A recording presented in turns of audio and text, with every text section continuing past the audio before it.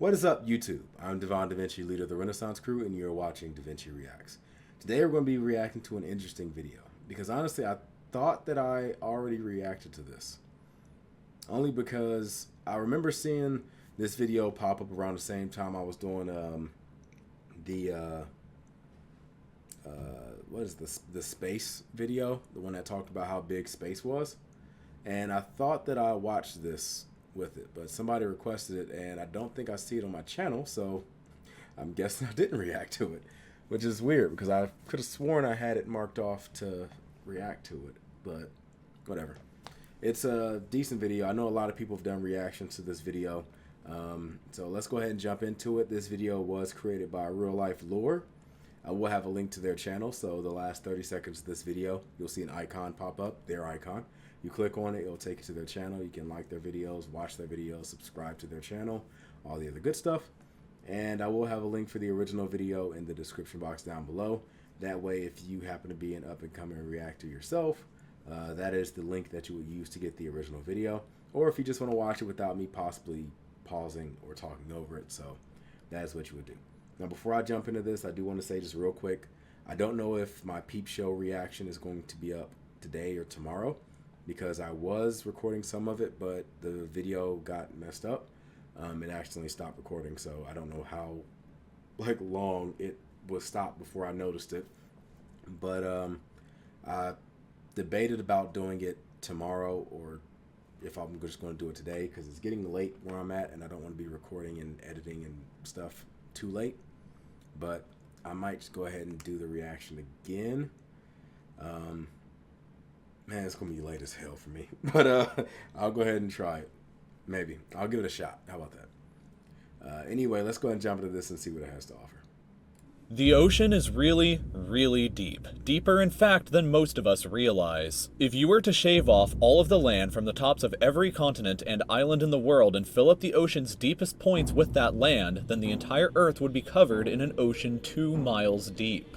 3/4 of our planet is already covered in water, though, and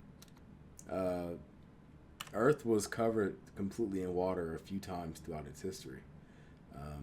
So even if you shaved off all the Earth and put it in the deepest parts of the ocean and the Earth was 2 miles of water, it still wouldn't be out of the ordinary for the planet. 2 miles deep. 3/4 of our planet is already covered in water, though, and it goes a lot deeper than just 2 miles. Let's start with a sense of scale. This dot right here is the size of an average human. This slightly larger dot is the size of an elephant, and this is the size of the largest ship ever built, the Knock Nevis. With that in mind, let's start going underwater and see what we find out. Looks too big for that the ship. First milestone is at 40 meters below the surface, which is the maximum depth allowed for recreational scuba diving. A little further down at 93 meters is where the wreck of the Lusitania was discovered, which is interesting because the Lusitania itself is 240 meters long, which means that it sank in water shallower than it is long, so if the ship was standing on its stern or bow... I'm gonna read that. Sank by a submarine, probably 1,260 dead, twice torpedoed off Irish coast, sinks in 15 minutes, Captain Turner saved, Thraman and Vanderbilt missing, Washington believes that a grave crisis is at hand. Looking at the articles around it, when was this? I'm trying to get a date. It's kind of July something. It almost like it says 2015. But I'm pretty sure it's 19 something. I see 20 written. I don't know if that's the price of the newspaper. Something 24.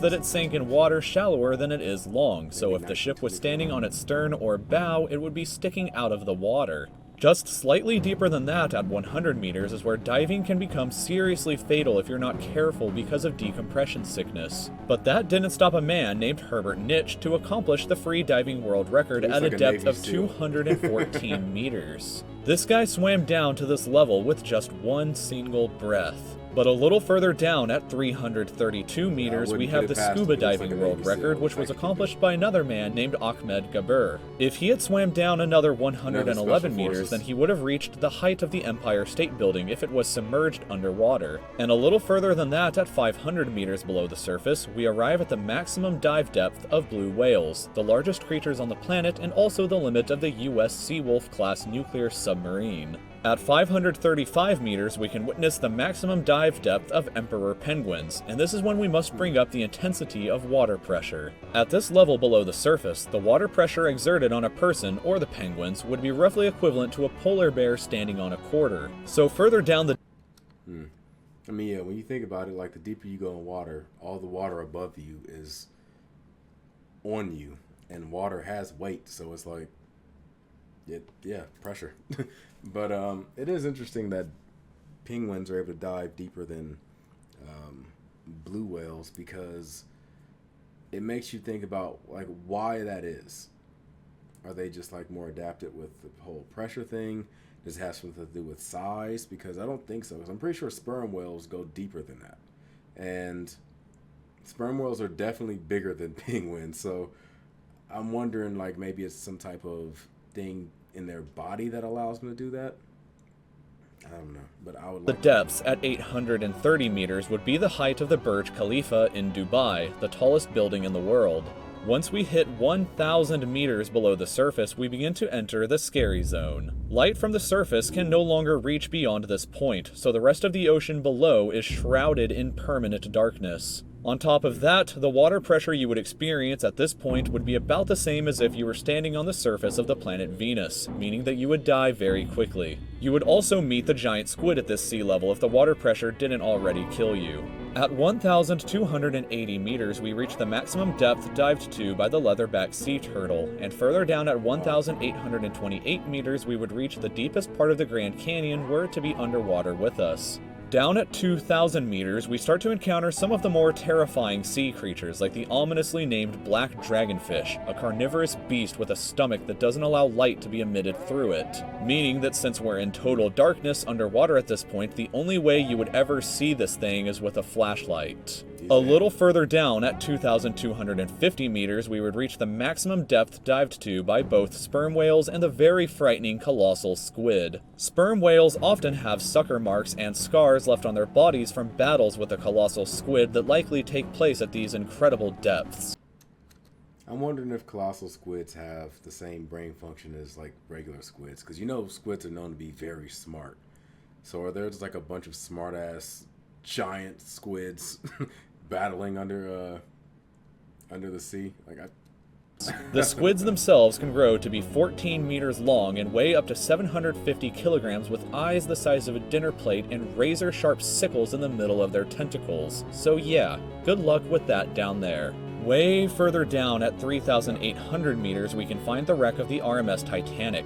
And a bit past that, at 4,000 meters, we start to enter the abyssal zone of the ocean. Water pressure is at an astonishing 11,000 pounds per square inch down here, and there are numerous strange, almost alien...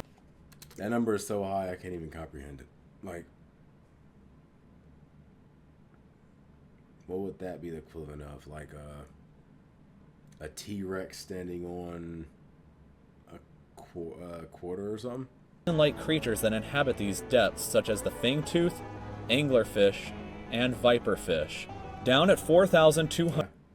When light goes away, the need for looks goes away too, apparently. 167 meters is the average depth of the ocean where you would normally expect to hit the floor, but there are parts of the ocean that go significantly deeper than even this. At 4,791 meters rests the wreckage of the battleship Bismarck sunk during World War II, and way down at 6,000 meters is the beginning of the Hadal Zone, named after the underworld Hades itself. The water pressure down at these depths can become 1,100 times what you would experience way back on top at the surface, which is roughly equal to an elephant balancing on a postage stamp or a single person carrying the weight of 50 Boeing 747 jumbo jets. Down at these depths, you would be crushed immediately without any outside protection, but life still exists down here in various strange forms. At 6,500 meters, we reach the maximum depth that the DSV Alvin can dive to, a popular research submarine that helped to discover the Titanic.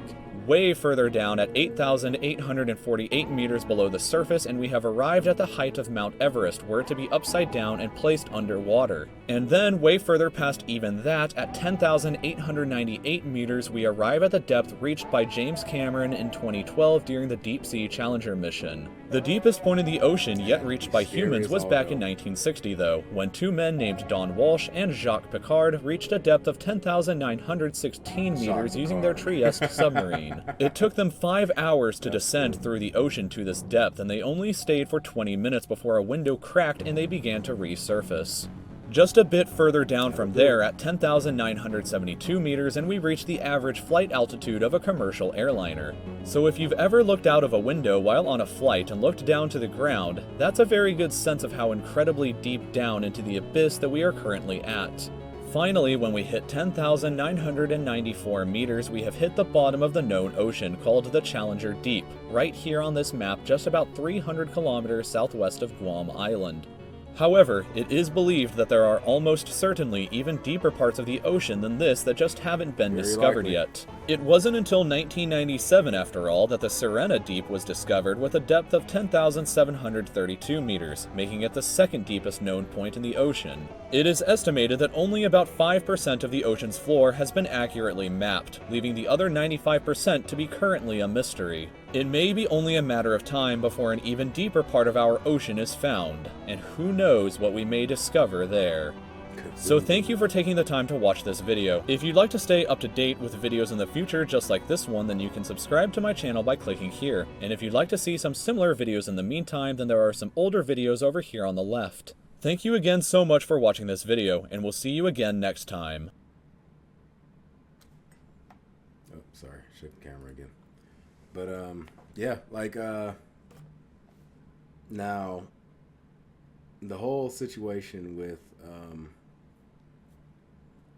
water, like the deepness of the ocean and everything else, like, yeah, like he said, only 5% of the earth was, or water was explored, which would mean that whoever is doing the exploring of the ocean isn't a completionist, because those are rookie numbers. You need to get those numbers up. We need to get you to platinum this ocean. But yeah, I mean, there could be many different parts of the ocean that are much deeper than that. Not to mention the parts that are extremely deep or pitch black. So even if you do go down there, you'll probably have to do a lot of like actual searching to get a good look at how everything works. Otherwise, it's like you have this little light that flashes in front of you. You see a little bit of what's in front of you, but that's it. So you have to like manually go through and like sweep the ground to get a good idea of how everything is laid out. But yeah, the ocean is frightening. Like, seriously frightening. Like, when you think about like how the biggest creatures that the earth has ever seen come from the ocean. And I know, like, I'm a big dinosaur fan, so you could talk about sauropods and all that all day, but based, like, to my knowledge, we're still living with the largest animal that has ever existed in Earth's history, and that is the blue whale. And I believe I was reading about how the reason they're able to get so big is because the water supports their weight, so they don't really have to worry about the effects of gravity as much as a creature that is on land. So that allows them to grow bigger and bigger and bigger. Actually, I was watching a video on who was it? Was it Vsauce, or was it the dude that looks like Thor that does the little glass writing thing? One of them. They were talking about like what is necessary for something to become extremely huge. Like, what would humans have to do to be able to grow as big as like dinosaurs and stuff? And it talked about like how our bone structure would have to change, and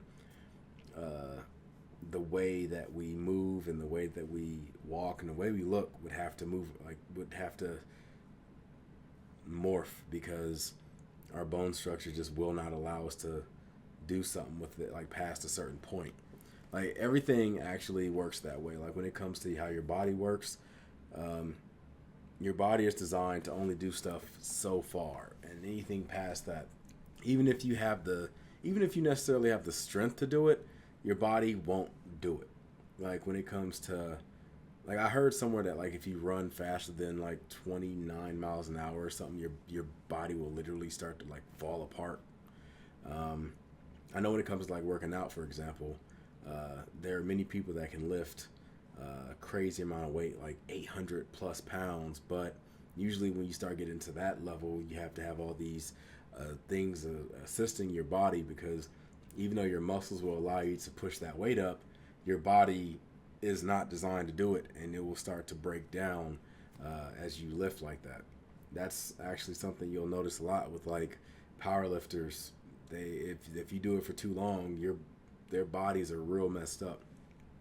There's a legendary bodybuilder by the name of Ronnie Coleman, and right now he's dealing with a lot of like issues with his body, because he was one of the few bodybuilders that also practiced like powerlifting along with bodybuilding. Like he was probably like pound for pound, well, not pound for pound, because I think that goes to Franco Columbu, but I think that he is one of the just strongest bodybuilders ever as far as like raw strength. He's the strongest bodybuilder ever, but all that strength came at a price.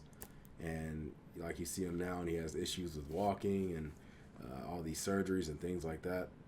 And it's like years of doing that will have an effect. So it's just interesting. But anyway, I've talked about it enough. I hope you guys enjoyed the video. If you did, make sure you hit that like button, subscribe, and share. I look forward to seeing you guys in a future video. And until then, I'm Devon DaVinci, and I am signing out. Deuces.